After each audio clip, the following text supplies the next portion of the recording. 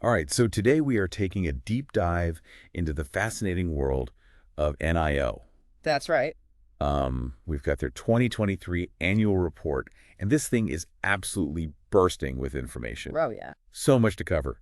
Uh, Business strategies, financials, even how they're keeping those shareholders happy, the whole nine yards. Absolutely. It's a really interesting company. They're really making a splash in the electric vehicle space. Now, I'll be honest, sometimes these annual reports feel like reading a textbook, you know what I mean? Yeah, they can be pretty dense. But luckily, we have you here with us today.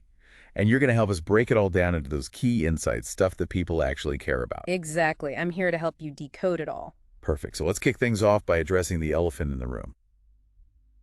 NIO is more than just a car company, right? Yeah, that's right. They're really focused on creating a whole ecosystem around their vehicles, not just selling cars, but really enhancing the overall user experience. Okay, I love that, the ecosystem approach. I mean, what does that look like in practice? So one of the coolest things they're doing is these power swap stations. I've heard about those.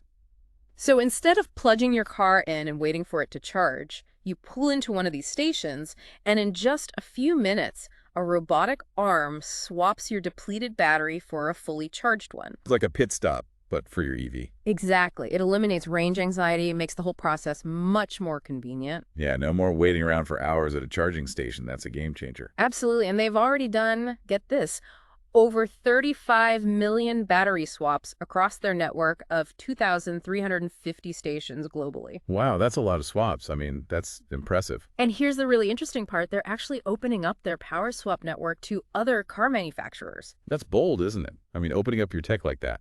It is, but it also speaks to their focus on building a robust and sustainable EV ecosystem.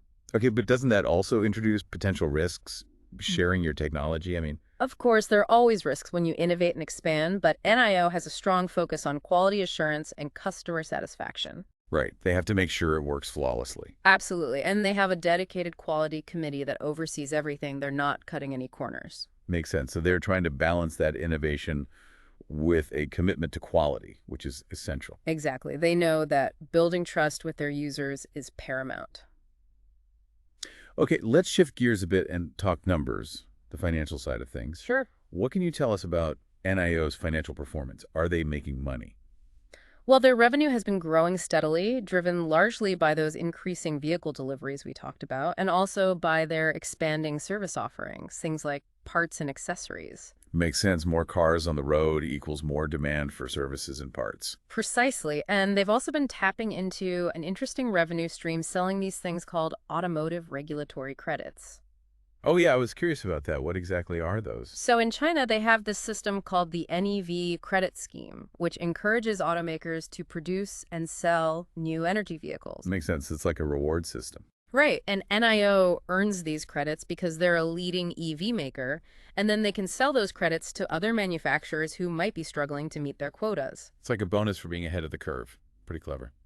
Yeah, it is, but the revenue from those credits actually dipped a bit in 2023, so that's something to keep an eye on. Okay, so potentially a bit of a wild card there. Interesting. The market for these credits can be volatile, and government policies can always change. Right, so not necessarily a stable source of revenue in the long run. Exactly. Now, when we look at their balance sheet, they have access to a pretty significant amount of bank facilities. Is that a good sign?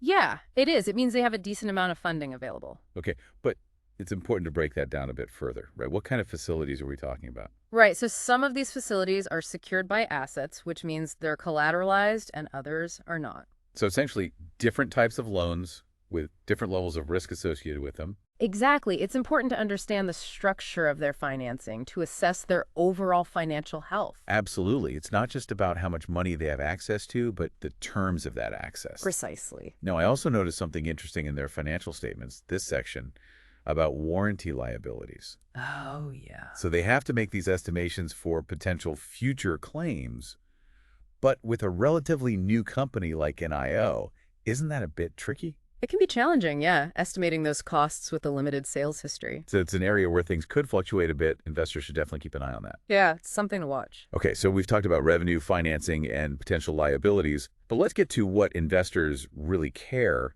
about how NIO plans to create value for them. Are they talking dividends, share buybacks? What's the story there? So when it comes to dividends, the annual report states that it's entirely up to the board of directors. So no guarantees. No guarantees. They have full discretion over whether to distribute dividends or not. Okay, so potentially disappointing for investors hoping for those regular payouts. Yeah, it is. And there's no mention of share buybacks either. So what does that mean for someone looking to invest in NIO? Where's the return coming from? Well, the report is pretty clear. It basically says the return to ADS holders will likely depend entirely upon any future price appreciation.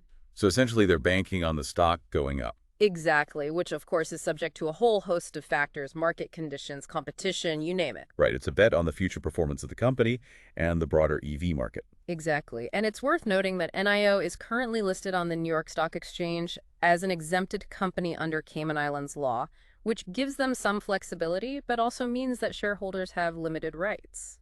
Less influence over company decisions? Yeah. Okay, that's something potential investors should be aware of. Absolutely. Transparency and shareholder rights are always important considerations. Now, I know they've mentioned the possibility of changing their listing venue in the future. How could that impact things? Well, it depends on where they choose to list. Different exchanges have different regulations and investor protections. So that's something to keep an eye on. Could be a significant shift for the company and its shareholders. Absolutely. It's a dynamic situation. Okay, so we've got a good understanding of their business model and financial picture, but let's talk about the challenges and opportunities they're facing.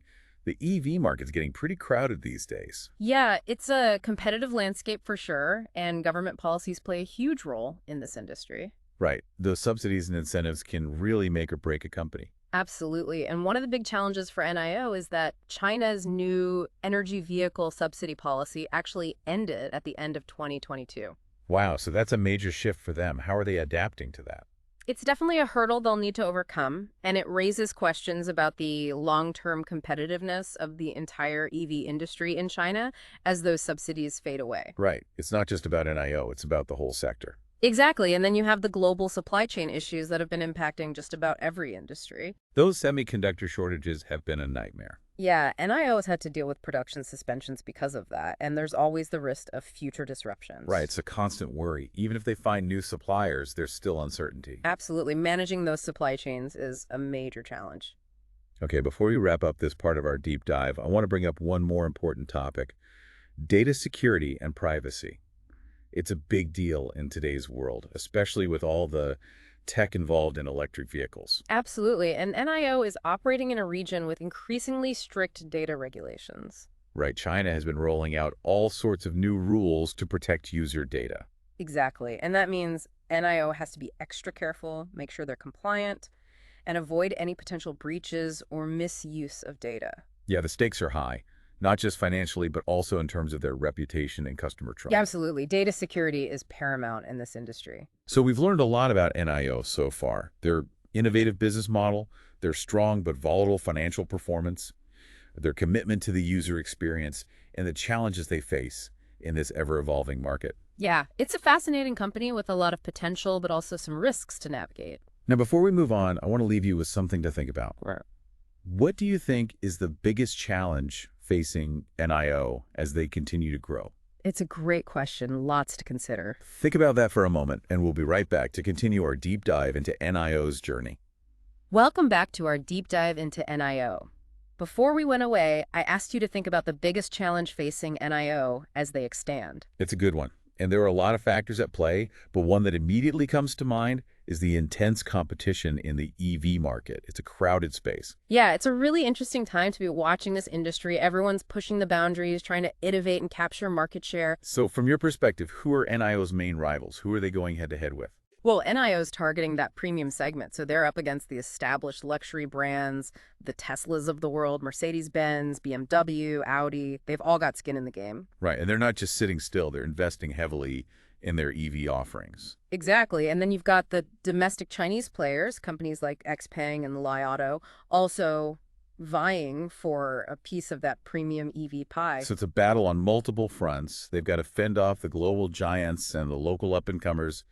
It's a tough spot to be in. It is, and that's why differentiation is so crucial. What sets NIO apart from the pack? Right. What's their unique selling propositions, so to speak. Well, as we touched on earlier, their focus on the overall user experience is a key differentiator. That battery swapping technology is a major selling point for many. It's a game changer for people who don't want to wait around for their car to charge. Exactly. And they're also building the strong brand identity. It's about community, lifestyle, more than just the car itself. I've heard about those NIO houses. They're like community spaces for owners, right? Yeah, they're more than just showrooms. It's about creating a sense of belonging, fostering a community around the brand. It's a smart strategy, creates loyalty, and differentiates them from the more traditional car companies. Absolutely. And then you combine that with their focus on innovation, things like autonomous driving and all the digital tech in their cars. It's a compelling package. It's like they're shaping the future of mobility, not just reacting to it. Yeah, I think that's a good way to put it. Okay, let's shift gears a bit and dive deeper into some of NIO's financial performance, specifically their cash flow statement. It's one of those things that can sometimes be overlooked, but it's crucial for understanding a company's health. Yeah, cash flow is king, as they say. It tells you how much actual cash is flowing in and out of the business. And for a company like NIO that's investing heavily in growth, that cash flow situation can be a bit of a roller coaster, right? Yeah, it can. You've got to balance those investments with generating enough cash to keep the lights on, so to speak. So what can you tell us about NIO's cash flow situation? Are they managing that balancing act effectively?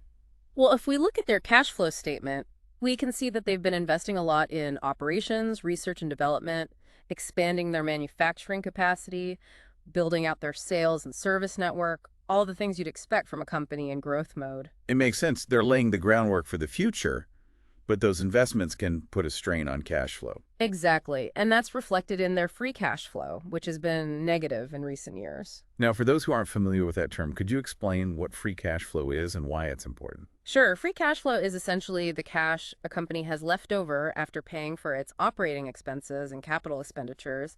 It's the money they have available to invest in new opportunities, pay down debt, or potentially return to shareholders through things like dividends. So it's a key indicator of a company's financial flexibility and their ability to create value.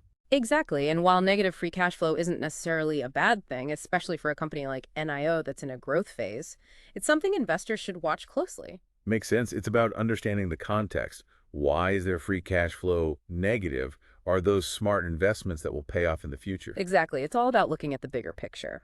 Now let's zoom out a bit and talk about NIO's organizational structure and their governance. It's not the most exciting topic, but it's important for understanding how the company operates. Absolutely. It can have a big impact on their decision-making processes and their overall success. One thing that jumped out at me was their use of a variable interest entity, or VIE, structure. It's Yeah. something you see a lot with Chinese companies listed overseas. Yeah, it's a common arrangement. It allows them to bypass certain restrictions on foreign ownership in specific sectors. But it also comes with its own set of complexities and potential risks, right? Yeah, for sure. It's a bit of a legal workaround, and there's always the risk that those arrangements could be challenged or even deemed invalid by Chinese authorities. That's a bit unnerving for investors, especially those who aren't familiar with the nuances of Chinese corporate law. Yeah, it definitely adds a layer of uncertainty. And there are also concerns about transparency and accountability with a VIE structure, right? Yeah, because the VIE operates as a separate entity, it can be hard for investors to get a clear picture of its financial performance and the risks involved. So it's not as straightforward as investing in a company with a more traditional structure. Exactly. There's an extra layer of complexity there. Okay, let's focus on NIO's board of directors for a moment. They're the ones calling the shots, making the big decisions, so their composition and experience are crucial. Absolutely. A strong and independent board is essential for good corporate governance. So what can you tell us about NIO's board? Are they a seasoned crew? Any red flags we should be aware of? Well, they've got a good mix of experience, people from tech, automotive, finance, investment backgrounds, so that's a positive sign. Diversity of perspectives is always a good thing. Helps avoid groupthink and leads to better decision-making. Exactly, but there are some potential conflicts of interest that investors should be aware of. Oh, what do you mean? Well, some board members have affiliations with entities that have invested in NIO or are involved in its operations, so there's potential for those relationships to influence their decisions. Okay, so it's something to keep in mind. Are those relationships being managed appropriately? Are there safeguards in place to prevent conflicts of interest?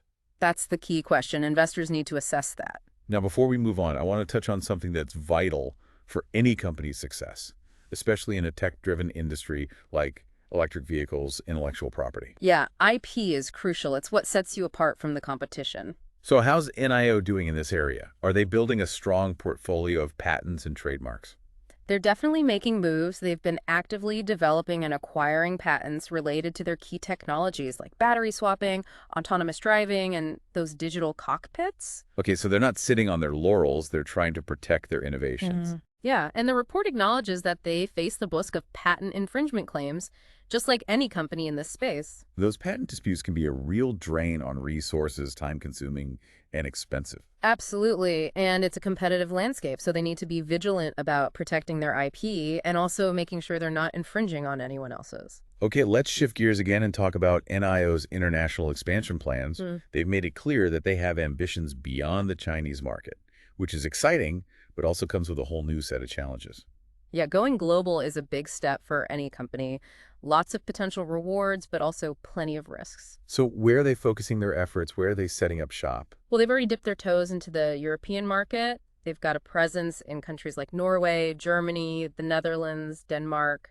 So testing the waters, seeing how European consumers respond to their offerings. Exactly. And they've announced plans to expand further in Europe and eventually enter other key markets, including the US. The US, that's the big one. But it's a notoriously tough market to crack, especially for a foreign automaker. Yeah, it is. There's already a lot of competition. And American consumers have their own unique preferences, so NIO will need to adapt. Not just a copy-paste approach. They'll need to tailor their products and marketing to the US market. Absolutely. And they'll also need to navigate the regulatory landscape, which can be quite complex in the US. It's a multifaceted challenge, no doubt about it. And then there's the logistical side of things.